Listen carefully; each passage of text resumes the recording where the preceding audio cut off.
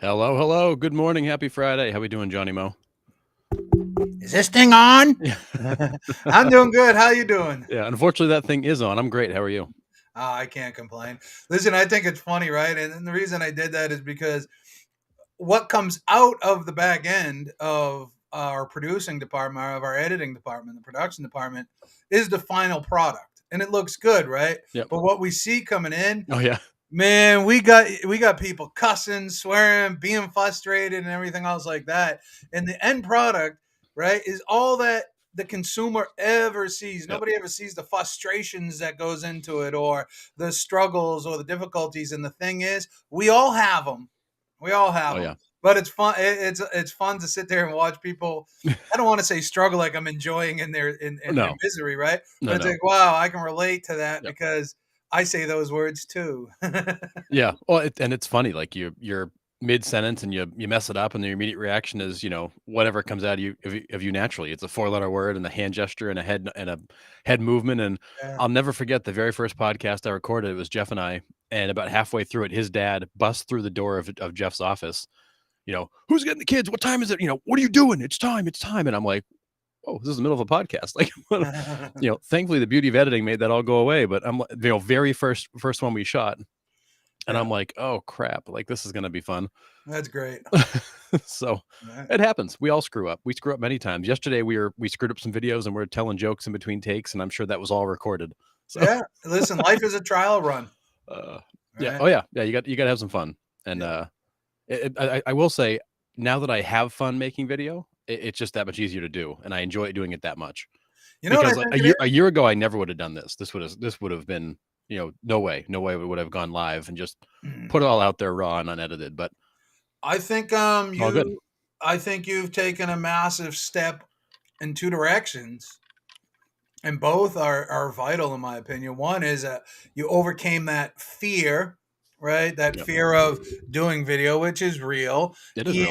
and you took a direction in not giving a crap about what other people's Yep, opinions of you are because you're doing it and they're not, yep, right? So one of them is like, and I say this a lot, I don't care, and I don't want you to think that I'm like 9. I don't care. It's not yeah. meant in a defensive way. I honestly don't care. I mean, I only care about we are either on the same boat going in the same direction or we're not. I Yep. don't have time for those other boats anymore. Yeah, and I don't care. It doesn't involve me. we had a meeting with the Explore My Town partners who are out there. They're shooting videos. They're out in the community. They're putting things out there. They're putting themselves out there and generating business from it. And there is that fear of the trolls, the people that are going to come in and say, "Oh, your video sucks," or "You look terrible," or "Your voice is awful," or "Your hair is bad." I mean, I had somebody tell me I needed a haircut a few weeks ago, which kind of cracked me up. But Yeah. um, but what I tell people all the time is embrace that. Like, first of all, that's not a you problem. That's a them problem. Like that is them coming in. They're mad at the world. They're mad at something and taking it out on you. So don't take it personally. But more importantly, it's a great chance to engage them.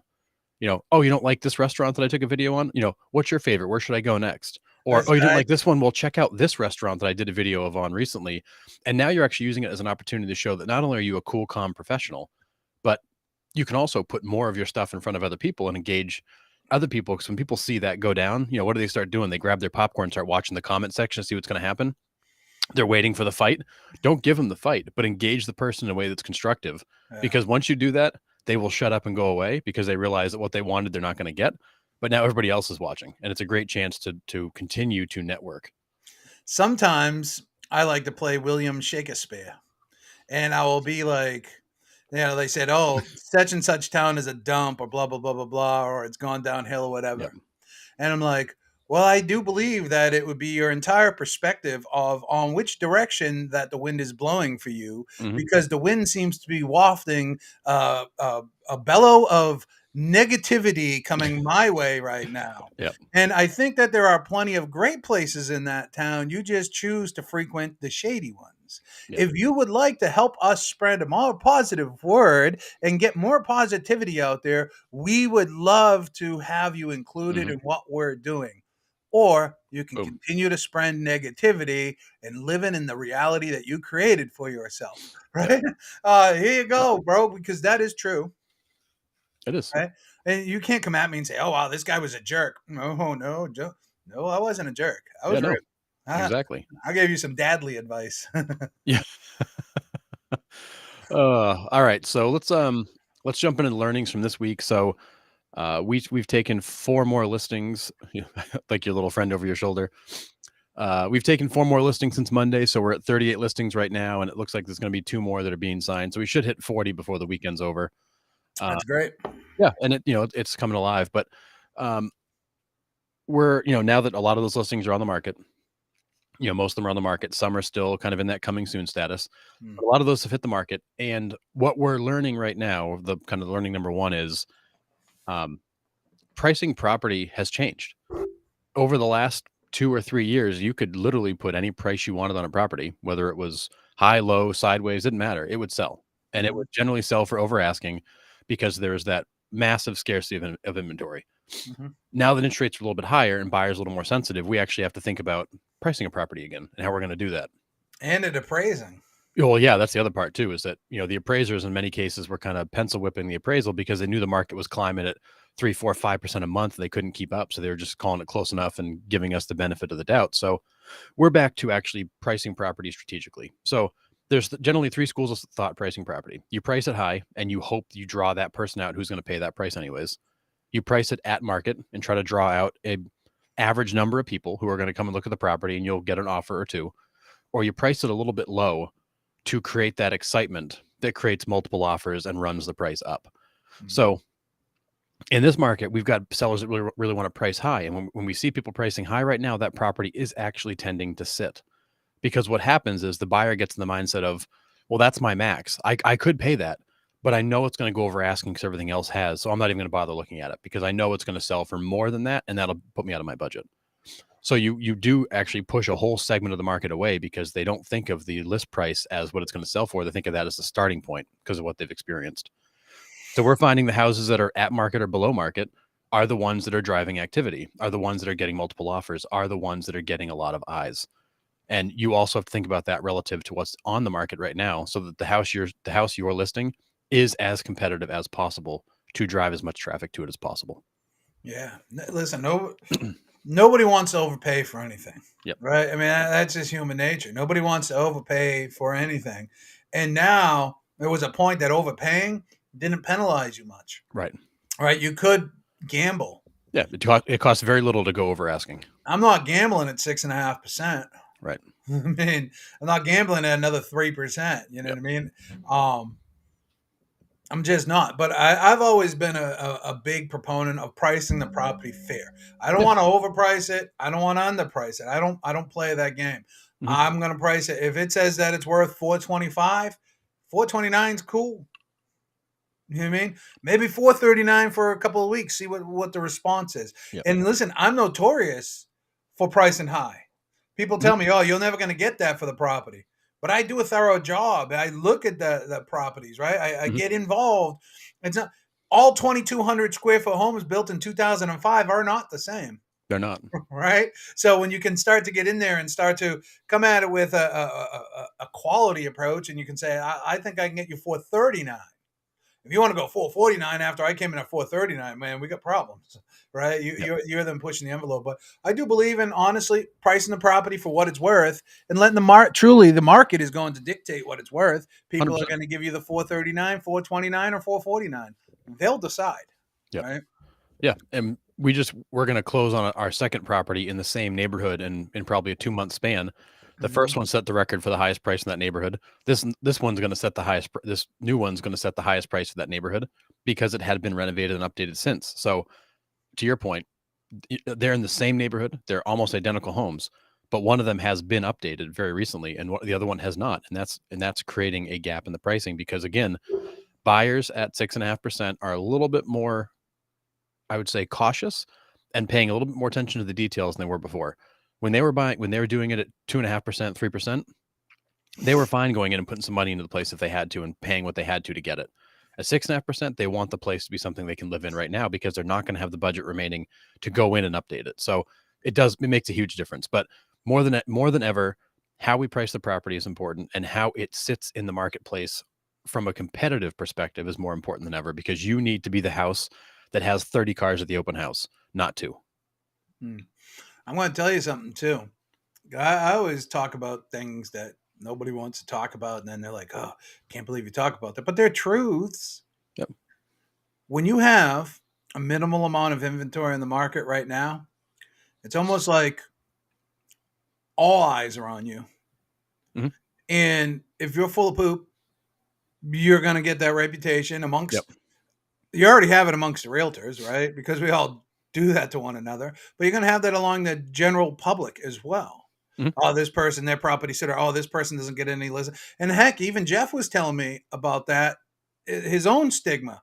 Oh, well, I don't see you listing a lot of properties around here, but I see your sign up in Rumford, right? He is So the mayor up here's there. one of the best teams in the state that still get this. So I know each individual Oh agent yeah, gets it. it's Okay, real. it's real.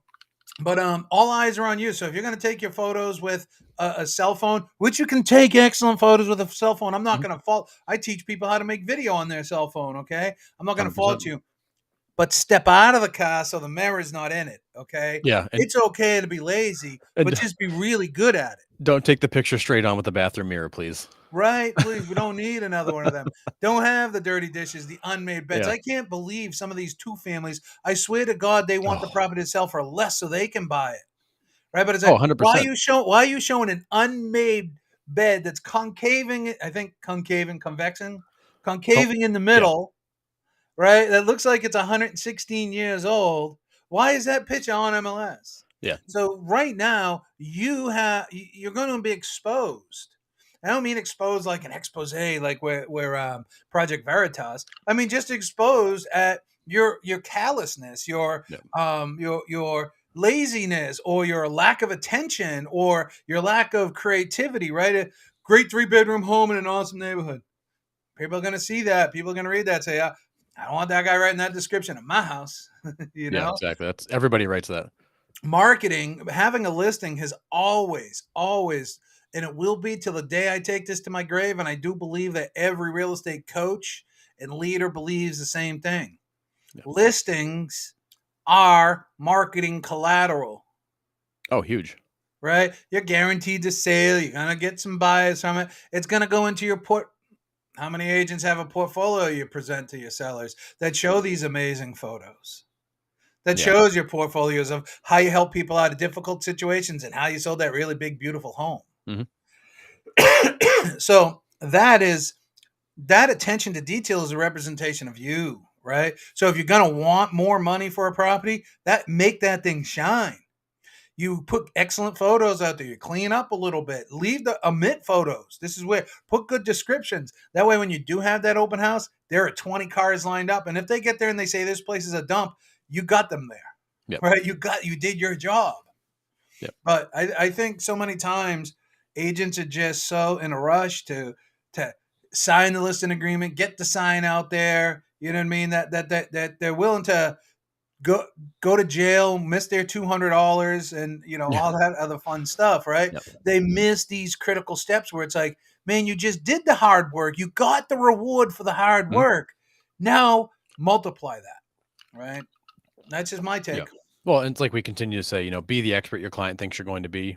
Do those things that set you apart, that your client expects, that really make you that market expert. And I think a lot of times it's in our nature to go, go, go, and we're off to the next thing. And that's a personality thing. And sometimes we've got to slow down and realize there's a human being on the other side of this thing that has expectations of what we're doing. We want to make sure we show up in a way where they feel like they got the service that they signed up for, or it was that much better, so that when they talk about their experience selling a home, they rave about how great you were and send everybody your way. So, That's and I that mean, that's an extra bonus right there, right? So you got one piece that's going to be marketing, and then you have the other piece that is going to be relationship building. yeah. That's the core of your business. That's the core of your business at the Matea Group, Mhm. right? We do an excellent job. We have a great reputation. We're going to give you, a lot of your business comes from your database, Mhm. right? And past clients and referrals. You only get those past clients and you only get referrals from past clients if they were heard and they Yes. felt appreciated and valued, Yeah. right? If you're 100%. just in there bang bang bang and you take shitty photos, you're not getting a damn thing. Yeah. You're not getting nothing. Yeah. Because the experience was not good enough Mhm. or memorable enough for them to tell people about it. So What they're telling everybody is, "Can you believe I paid this mother effer blank percent? And what did they do?" Because that's their right? perception. Whatever the number is, they think you got all that, Well, which we and know that's not true. A percentage of it goes close to half, if not half, goes over here right off the bat to somebody else usually. Lawsuits about that. But that's what's yep. happened, right? It goes over here. And then you got your splits and your operational expenses and Oh yeah. team members and support staff and everything else like that. So it's not like you made this big bag of money. You got a slice of that big bag of money. But in Yep. their mind, I paid this mother effer X percent, and they took photos with my cell phone. I couldn't get a hold of them. They never called me Yep. back. I never heard from them. That's real. Yeah. That's real. That's what, through surveys, people's opinions are, Oh yeah. right? I saw a post in one of those real estate groups the other day, and I want to say it was 70 or 72% of consumers don't think we provide enough value for what they pay us. And my response to that was, yeah, because in 72% of the cases we probably don't. Mhm. And in reality, that what that tells me is that there's a huge mismatch between what gets delivered and what the expectation is, and that's on us. Right. Either we didn't set an expectation or we didn't deliver on the expectation. It's one of the two. But ultimately, you take that extreme accountability viewpoint of that's on us.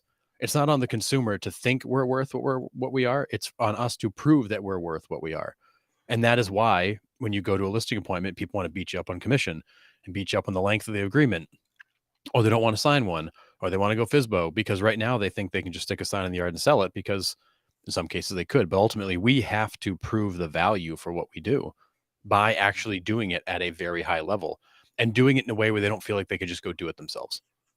So making a TikTok video where it goes bam, bam, bam, bam, bam, bam. You point to three things Mhm. of what you do, or six things Yep. of what you do with that crazy music. That provides value, doesn't it?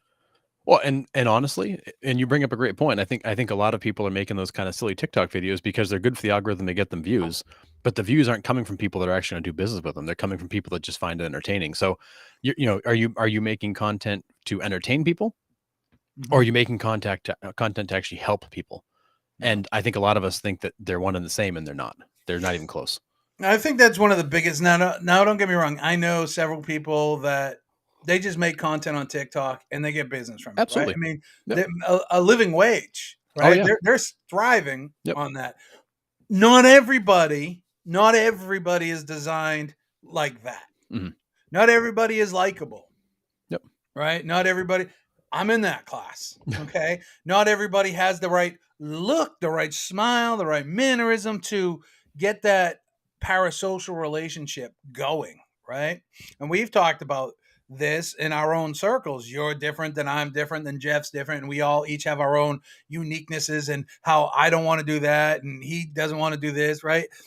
That's real stuff, right? That is real stuff. Not everybody's going to be like that. But my point about this is, so that I'm defending some of my friends. But my other point about this is there's a lot of people making a lot of mindless content because they're listening to these people say, you're going to need to put out content nonstop, put out content. I'm so sick of the word content.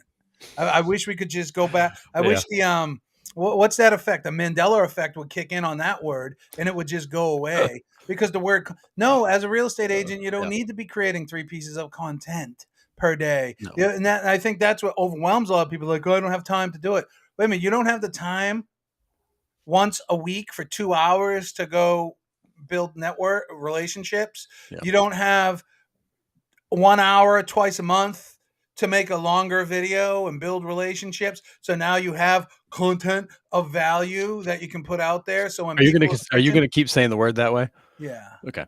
yeah, because I'll argue with it because if you put out this mindless stuff, you're just Yeah. gonna tune the people out until they're gonna go to something else, Yep. right? So if it's always, unless you're beautiful and you want to be or handsome, right? I don't want to offend anybody, and you want to become that thirst trap kind of thing. That's real too, right? Again, I'm not one of these people that would born with a six pack and you know what I mean, dashingly handsome, right? I'm not Tom Selleck. People do confuse me with him every when I go to the beach, but I'm not him. Yeah, right. Fair enough. Hey, All right. Haw! Oh no, you're Hoss. Yeah. All right. Let's get this back on the rails, Johnny Mo. Hey, all right. Um, Anyways, a lot of people just making wrong content, man. Make content with intent. yeah. That's it. And use it for make relationships. Onward. Well, it gets back to being intentional. Make stuff with a plan. Don't just make stuff kind of scattershot because you feel like you have to. And if I see another video of somebody sitting in their car, doing some sort of voiceover goofy thing, I'm going to delete the app. Like I'm just so tired of seeing that kind of stuff. But because everybody's doing it, and all they're doing is they're grabbing the latest trend to try to get views. The views are meaningless and worthless, but you feel good because it's a vanity metric, and you're like, oh my goodness, look at all the followers and views I have. Now, how many of those people are actually going to do anything with you in the Yeah, what's future? your call to action? They're not, because most of those accounts are not in your area, not interested in real estate. Some of them are probably bot accounts. So Mhm. you're creating this feeling of success and this feeling like you're getting somewhere, and you're just not. And more power to you for creating stuff in the first place. I applaud anybody that's just creating. That's the first step, because most people don't do that. But when you begin to create stuff, at least do so intentionally with a plan. Yeah. So, all right, let's move on to the second learning here. So the first one was talking about how to price property. We need to think about pricing property competitively.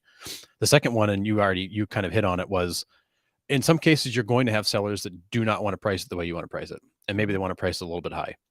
Yeah. And I know that's frustrating to some agents, because I just don't think I can sell it for that price. Mhm. But I learned this trick long, long ago from Jeff when I first got in the business, which is take the listing. Mhm. Agree to take the listing. But as you mentioned, have an agreement with the seller that if this doesn't happen in X number of days, then we do this. Yeah. And in many cases, get that signed at the listing agreement or at the listing presentation. So, okay, Mr. and Mrs. Seller, you want to sell your house for $450,000. I think it's worth 425,000. That's where it's going to get activity. But I would agree to list your house at 450. But if we don't have an offer in the first 2 weeks, 3 weeks, then would you agree to lower the price to 429, 435, whatever the number is, wherever you think it needs to get to? And if they say, yeah, we would do that. We want to give it a try. Great. Let's sign that now. So when the time comes, I'm not trying to chase you down and bother you to get another signature. Let's sign that now, and then we'll agree at the time to put it in place. Mhm. So in many cases, I've walked out of a listing appointment with a signed listing agreement and a signed price reduction that I am allowed to put into place at a certain point in time if Yeah. the activity doesn't hit certain thresholds. So what that requires is the comfort to ask for that, and the preparation to be able to do that. But also, when the time comes, you need to be strong enough to go back to the client and say, "Hey, we agreed to this. It's time to do this." Because they may be like, "Oh, I want a little more time. I want another week." This is what we agreed to. This was the agreement. This is what we sat down and did. Yep. And I know that is not always a comfortable position, especially in this marketplace, because you feel like, well, they're just going to fire me. And if that's the case and they fire you, being fired from a listing that's not going to sell anyways is not necessarily the end of the world. But Yeah. if you can do it right, and in an advisory type role, showing them why that's good for them and getting them to agree to it up front, there should be no surprises down the road. Yeah. And here's the best part about it all. You can say no too. Mhm. You can say, I'm gonna call. How about I refer you to an agent who I think will be able to be a little bit more suited for you. Let him or her Right. or them do all the work.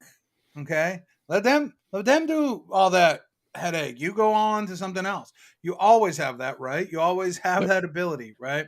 But that your approach is the way that I would do it too. Yep.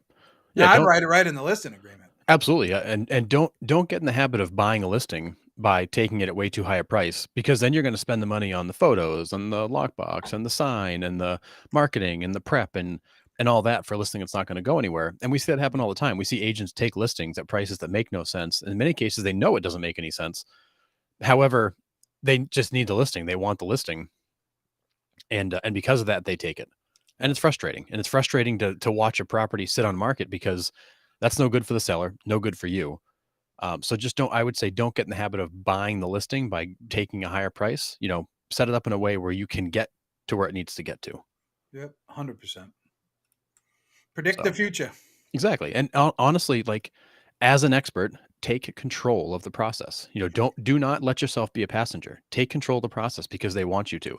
And again, like you said, Johnny Mo, if they're like never going to do it, it's got to be at this price, and you're like, well, thanks for your time. It was great meeting you. You always have the option to walk away. And in Yeah. many cases, when you show them that you'll walk away, they earn a level of respect for you because you're not gonna get pushed around, which means when it comes time to negotiate for the price on their house, you're not gonna get pushed around either. Yeah. And I had a seller one time say to me something along the lines of like, "Well, I'm not sure I'm ready to sign yet today." Mm. I looked right at him and I said, "I agree. Neither am I." He says, "Well, what's that supposed to mean?" I said, "I haven't made up my mind whether I want to work with you or not." You know what I Yep. mean? Took the control right away from you. Yep. Yeah, I took full control. This ain't about you. This is about me. You know what I mean?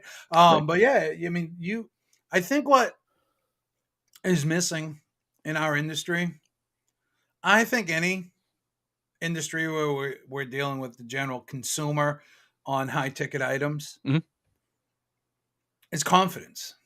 Totally. And not just regular confidence, but confidence and control, Mhm. right? That, listen, you're an expert. You are a professional. You got to go in there. Like when I sit with my lawyer, I'm going to listen to my lawyer. When I Right. sit with my accountant, I'm going to listen to my accountant. When I sit with my financial advisor, I'm going to listen to them. I'm not going to go in there, and work with somebody that's a little, well, I don't know if, if we go to court, I don't, no, I want to know, hey, I think if we structure the business this way, that may, no, no, no. Yep. Listen, this is the best way to do it. And this is why. And Mhm. either I, as the consumer, believe in that person and want to do business with that Right. person, or I don't. And I think that confidence is missing in our business because it does have confidence. They're looking for every reason not to hire us. But Mhm. where if you flip that script in your mind and say, I need to remove every objection that they might have and prove my value, then we're flipping that negative connotation in our head, that confidence issue. And that confidence is across the board on everything, right? Yep. It's speaking on stage, launching a new product, going to a listing appointment. Putting out any of that stuff requires confidence and self-belief in yourself. And I think if you went in there with self-belief, like, you'd be lucky to be working with me. Mhm. Not the other way around, but unfortunately there's no safety net in this business and everybody's Right. chasing that next commission. And I was just gonna say a lot of that, when you have confidence in your income and your pipeline and the fact that you're gonna be able to pay your bills, when that scarcity mindset kind of fades away, you can then take that position of confidence and take that position of control because now you're not afraid. You're not afraid of, "Oh my goodness, I need a commission. Oh my god, I need a listing. If I don't sign this client, oh my goodness, what am I gonna do in 60 days when I've got nothing coming in?" When you've built up either other sources of income or a pipeline of clients and you've got that comfort knowing that, like, my bills are gonna get paid either way, um, you can then sit from that position of, you're not interviewing me. You think you're interviewing me. I'm interviewing you, and it's the other I'm way around interviewing because you. we are all guilty of it. I know I've done it several times where I have taken on a client that I'm kind of like, I don't know that I really want to work with this person, but I could really use another client in the pipeline. So what the hell? I'll give it a shot. And Yeah. every time I've done that, I have regretted it because it's been an awful, awful experience. Yeah. And it's in some cases it was because it was the person, but in some cases we just weren't a good fit. There's sometimes where you just don't hit it off great with a client, whether it's your communication style or personality types, or um, in which case I should have referred them off, or I should have done something differently, or in some cases I should have just outright said no. Yeah. But I didn't because I made the decision with the wrong parameters in mind. Yeah. Yeah. And even even probably one of the most uncomfortable conversations is the commission conversation. Yep. You want to watch agents squirm? Ask them that question because I would love to have a camera on them and read their body language. 9 out of 10 times they're going to squirm, right? But people ask me all the time, "What's your commission?" I will not say a number here because that's like antitrust kind of stuff. Right. Maybe it is, maybe it isn't, but I'm just not even going to go there. So I'm just going to use X. What's your commission? I charge X, or I make X. Hmm. All we have to do now, and I close them at that. I make X. Are you okay with that?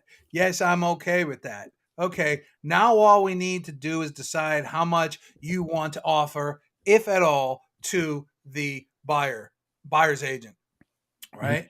Because that's the world that we live in. And I would suggest, based upon what I know, you might want to entice, and that's why it's there, right? You might want to entice them. You do have the option to say nothing. You Yep. do have that right to say nothing, Yep. right? But this is what my point of that is, this is what I charge. Yep. You okay with that? Good. We got that out of the way. Now what we have to do is determine how much you want to pay the buyer's agent, if at all. Yep. Right? Yep. Now that becomes the objection. You already took let's say it's 6 apples. You already took three of the 6 apples out of the equation. All right? The rest is up to you.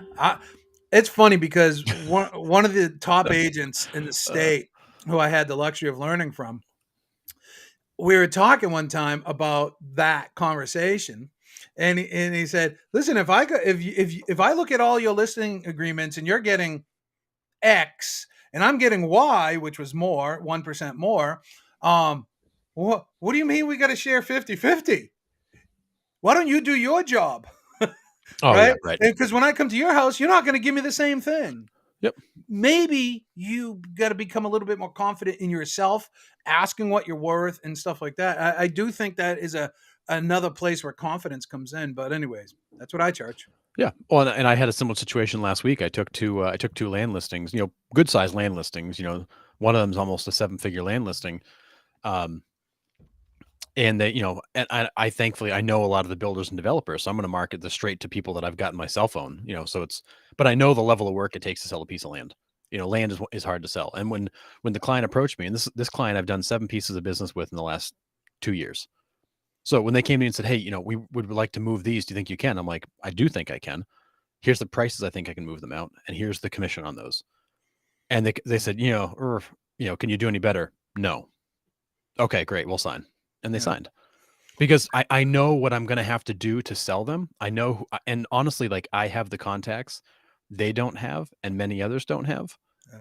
and there's value in that. And if they want the price they want, I've got to go and find those people. Yeah. So I took, those commissions are higher than the average commission, partially because it's land and partially because that's what I'm charging. Mhm. And they didn't balk at it. I said, "This is what I will do for you. This is how it will go down. These are the terms." When they pushed back a little bit, my answer was just no. And they're like, "Okay." And they signed the listing agreement that afternoon on both of them. It's just but again, I came from a position of confidence knowing that I don't need these listings. I'm not gonna put my name on these and watch them die on the market. Now, could they still die on the market? Absolutely. Selling land is a crapshoot. You need to find the right person at the right time that needs that project. But I feel like I've got a very high probability of selling them, and I know what that's worth. No is a complete sentence, and it's the most empowering It is. one word sentence Yep. that you could ever master, right? Yeah. And it does take confidence. Can you do any better? I'm just going to use it. Let's say it's like, I think I can move it at 119, and this is my commission. But do you think you can do any better? No, I think 119 is the max. Yep. I mean, Yeah. it's not even open. It's not even Yep. open for discussion. You know what I mean?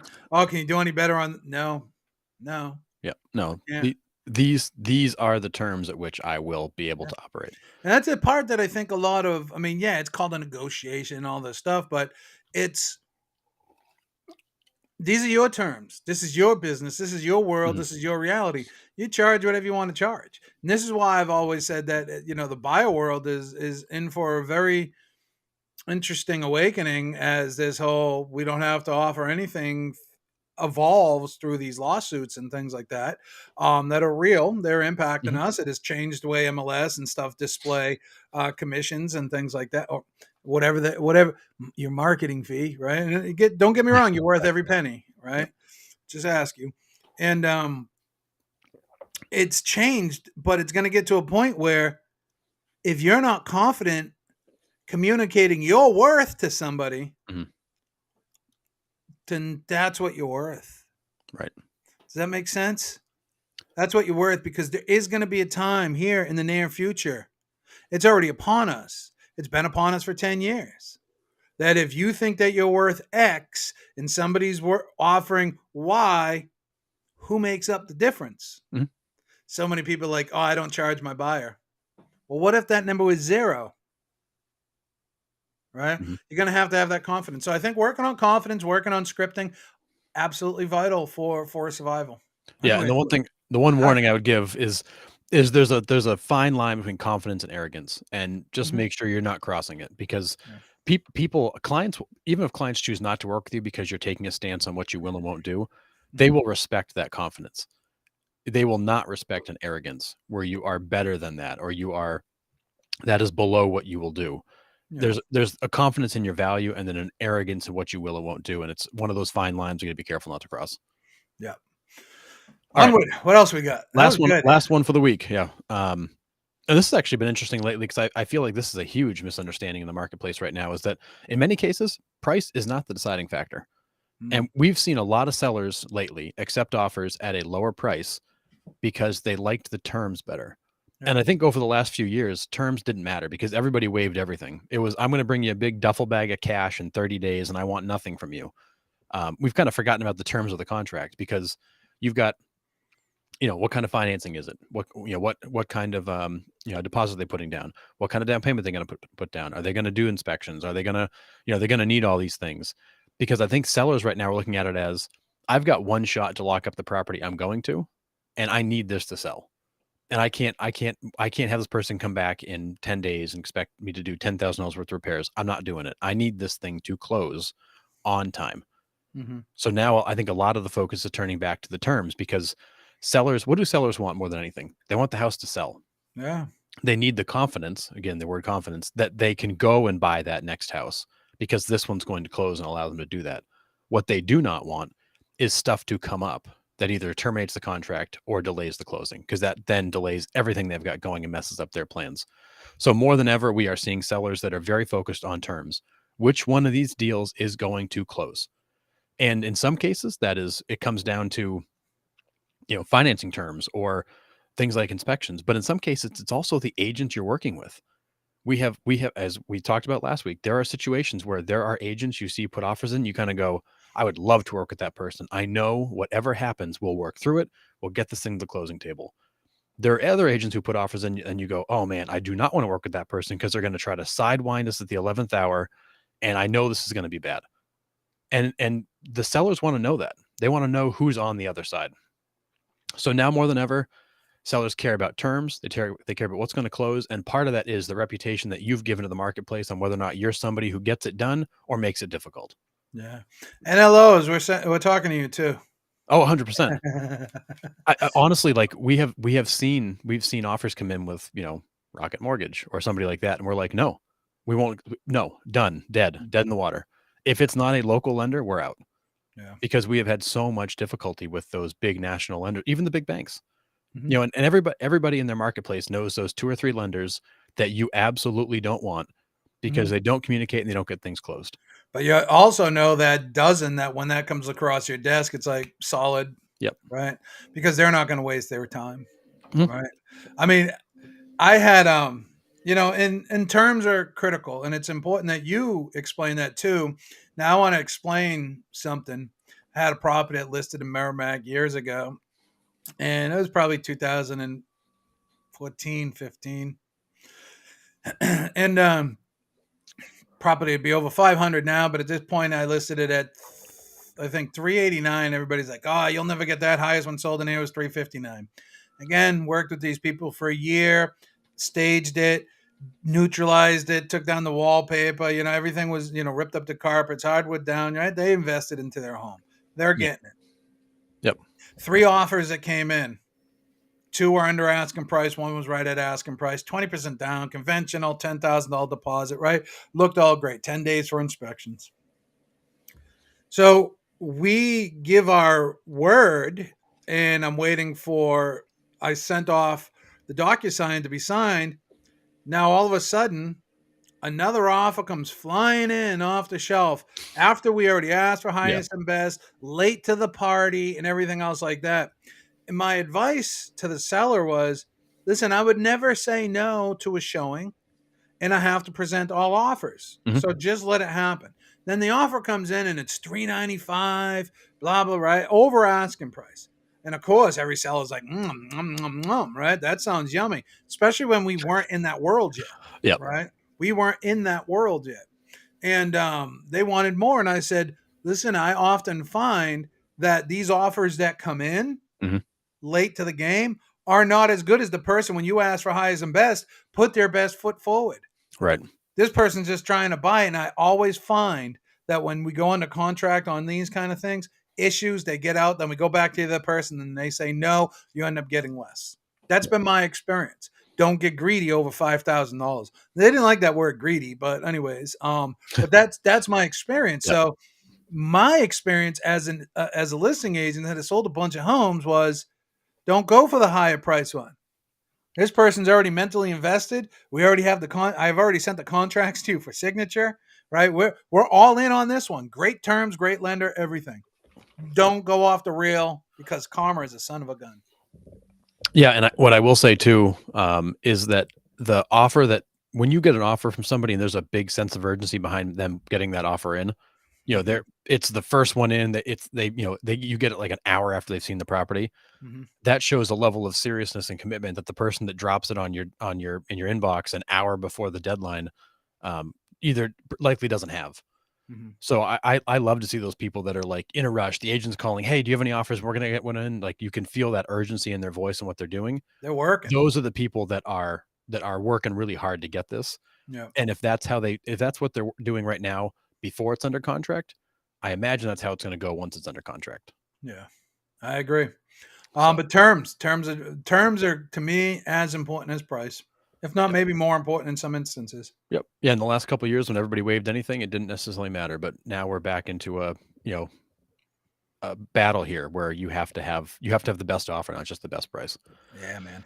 So, all right. So I this is something we've been talking about internally here for I feel like a few weeks now. But I sent out an email this week. Just I just kind of share some thoughts middle of the week each week on what's going on, observations, things like that. And I sent an email out this week looking at implementation. I had a conversation with Brian Brown a couple weeks ago, and he and I were talking about this industry is full of education and learning. You can learn anything from anybody at any time in all kinds of formats, whether it's podcasts or books or YouTube videos or their social media or events. Like you can learn just about anything from anyone anytime Mm-hmm. through a various medium.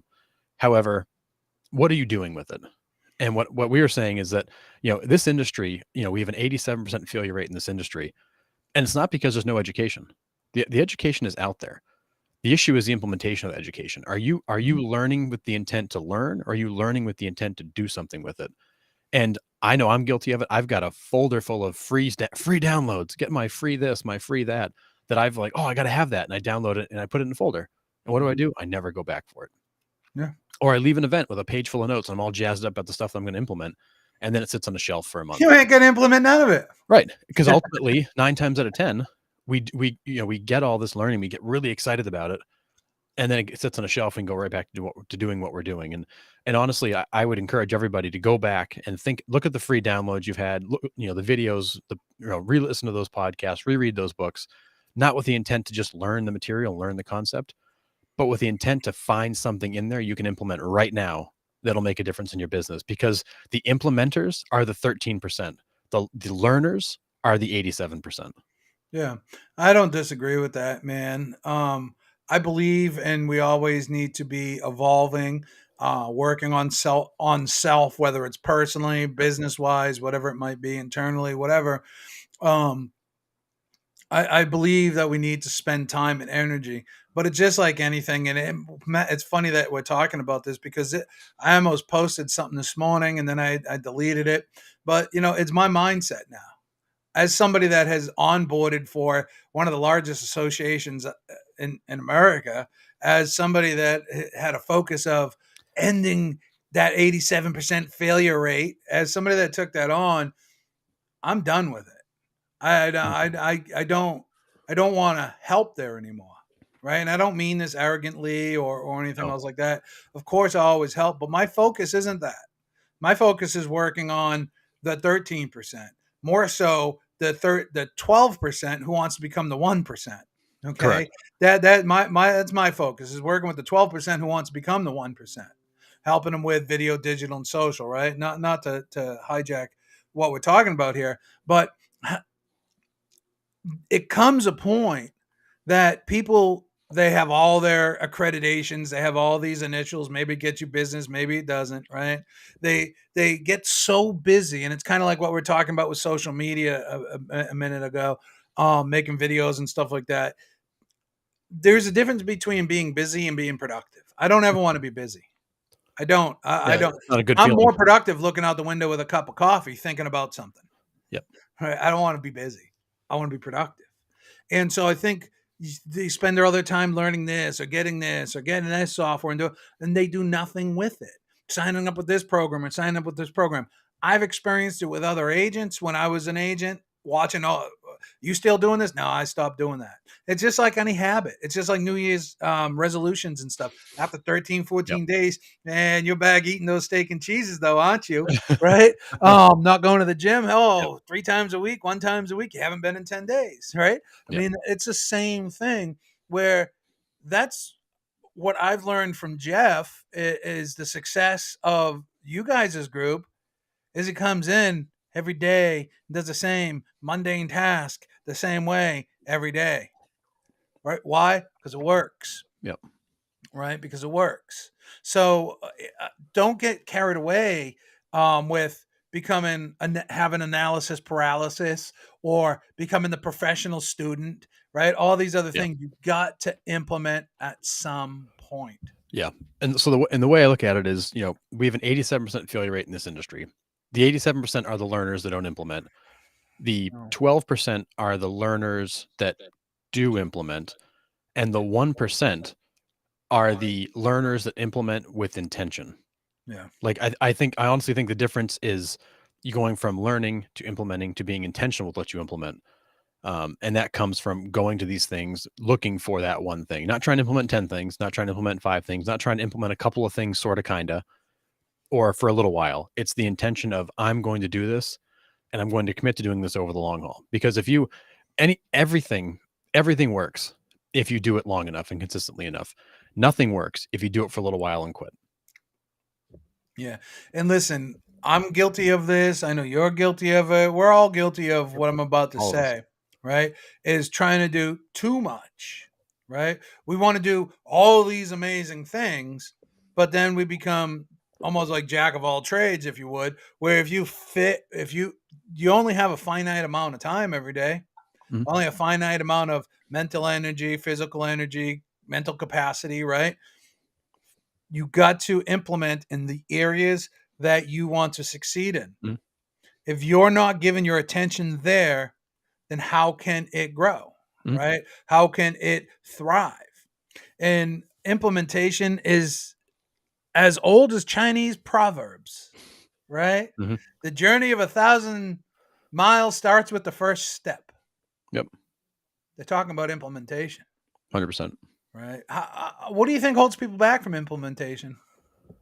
Honestly, I think it's a lot of things, but if I could dial it down, it's really I think it's partially the unknown. It's I don't know what to do first. Knowledge. Like I've got this great idea and I don't but I don't know how to actually put it in place. And I think the other big piece there is that we don't actually commit to the time. So, like what I said in that email is go back and find the one thing you can implement from all these things you've been doing or whatever podcast you just listen to, but then actually go schedule the time on your calendar, commit to the window of time to go take that next step. Mhm. Because I think if you put it on that someday list, someday is not a day on the calendar. If you put it on the someday list, someday never comes. Yeah. But if you That's put the it on the 13th month. Friday, yeah, right, exactly. If you put it on the Friday list, Friday is gonna show up, and you're gonna know you have to do it. Dan Stewart from Happy Grasshopper taught me this. I think it's some Six Sigma stuff, but he calls them rhythms. Hmm. What's your daily, weekly, monthly, quarterly, annually rhythms? Yep. Right? What is it that you have to do? Mhm. Rhythms get done every day or every quarter, every week, whatever that rhythm is, that process, that standard operating procedure, right? It's the same stuff, just different words, right? Different system. Yep. But what is it that you have to do every day? What is it that you need to do once per week? On Fridays from uh, 12 to 1, I got to send out my seller reports, Yep. right? Well, you can make those sort of automated, right? Right. Maybe you're making your seller phone calls. This way, when you meet with your seller, you can say, "Hey, listen, I'm going to reach out. I'm going to send you a report every Friday. I'm going to call you too to make sure that you got the report, right? I'm not going to talk about your property, any issues that are coming up. Now all of a sudden, you got a rhythm. You know, I can't go out for martinis, Tom, right? Because I listen as somebody that's been around a lot of you people. I know that we can go out for lunch at 12 o'clock and it turns into 4 o'clock real quick, Oh yeah. right? Don't do that. This is where, listen, you hit on something, and this is a segue for UPAD, understand plan, action, and discipline. This was the first training that I came up with. And it overlays with Michael Gerber's entrepreneur management and technician, the 3 levels of Oh business, yeah. Yeah. Yeah.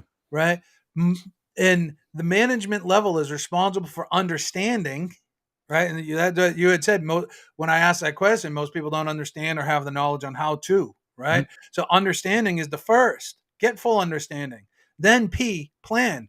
UP, right? And then A is where the technician comes in. Get that plan. Now you understand what's needed, the resources that are needed, the steps that are needed, the legal requirements, whatever it might Yep. be. Now you make a plan to do it. And now in that plan, you have an action date and you got to put it into action. That's where you, as the technician, steps in and do whatever it needs to be done. Yep. But it's the last one, which is the hardest one, to keep going to the gym, to keep Yep. not eating those steak and cheeses, and that's But they're so discipline. good. It is so good. That's discipline. Discipline creates Yeah. freedom, right? Discipline creates freedom because what happens is discipline allows you to create the level of income that you want through that dedicated activity. So you can eventually do only the things that you want to do. But the cool thing that discipline creates is accountability. And that's what's missing in most people's lives. Mhm. Yeah. There 100%. you go. I just solved world's problems. Yeah. I mean, it really can be that simple. And I go back to, go to learn, find the one thing you can implement, get it on the calendar, go and implement it, and then implement it and stick with it. And some people say, well, I can't do this forever. And you shouldn't. You need to do it for long enough where you can now kind of master it and understand it. And then you either automate it or you delegate it. Hmm. And if you can't do either of those things, then maybe you do have to do it. But if you get to a point where that's running well enough that where you can kind of hand it off and let that keep going, now you can go implement the next thing. And that is ultimately when you look at the team model and what we do, that's what we do. We implement something, we get it kind of humming along, and then we either automate it or delegate it to somebody on the team. And then That's we go what's find that happening next with thing and That's the what's next thing. happening within our own Exactly. ecosystem, right? It's happening right now. I'm Exactly. on But to working on other things. right, we can't implement 5 things at once. We've got to implement one thing, fine tune it, and then automate or delegate it. Then once that's done, you put the next one in, put the next one in, put the next one. You keep making these progressions, but Mhm, to do that, you have to have the discipline to actually do it, mhm, master it, and then you also have the discipline to follow through and either automate it or delegate it. And some yeah. things you honestly can't automate. Some things you You cannot. have to delegate them, or maybe some piece you have to keep. Like I look at like our direct mail. You know, those are an ink signature. Jeff always signs those, I got you. but he doesn't have to be the guy that pulls the list, merges the letters, prints the letters, stuffs the envelopes, puts the stamp on it, but he's got to sign them. So like, there's one step in the process that you can't take out. Mhm. But if he literally has to spend 20 minutes a day signing a stack of 500 letters so they can go in the mail and generate listings, he's going to do that because 95% of the work is being done by somebody else. Yeah. And in some cases, he's down there stuffing envelopes too because we want to get more in the mail, and that's totally fine. But there is the opportunity to delegate nearly that entire process, but there is one piece you can't. So mastering UPAD creates that accountability back to your own management level. And I think people are not inherently designed to be managers. And you see this failure in the sales world. This guy's a hell of a realtor. He's going to make the best sales manager. No, Yeah, no, he's no, not. He's a hell of a different. realtor, Yep. right? Very frequently, do you find a hell of a manager, right? This guy sells a lot of cars. He's now our sales manager. So a lot of people only base stuff on closing, right? Mhm. But my point here is oftentimes, if you are not taken again, working on self, becoming a good manager, then delegation turns to abdication, and abdication will sink your business. It will. And I think sometimes, and we're all guilty of it, we get comfortable enough where we just kind of like let things go completely.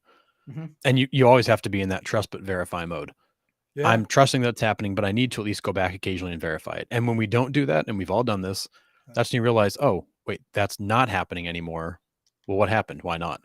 Yeah. And things break. And when we completely take our eyes off of it, things can break in a big way. I audit everything.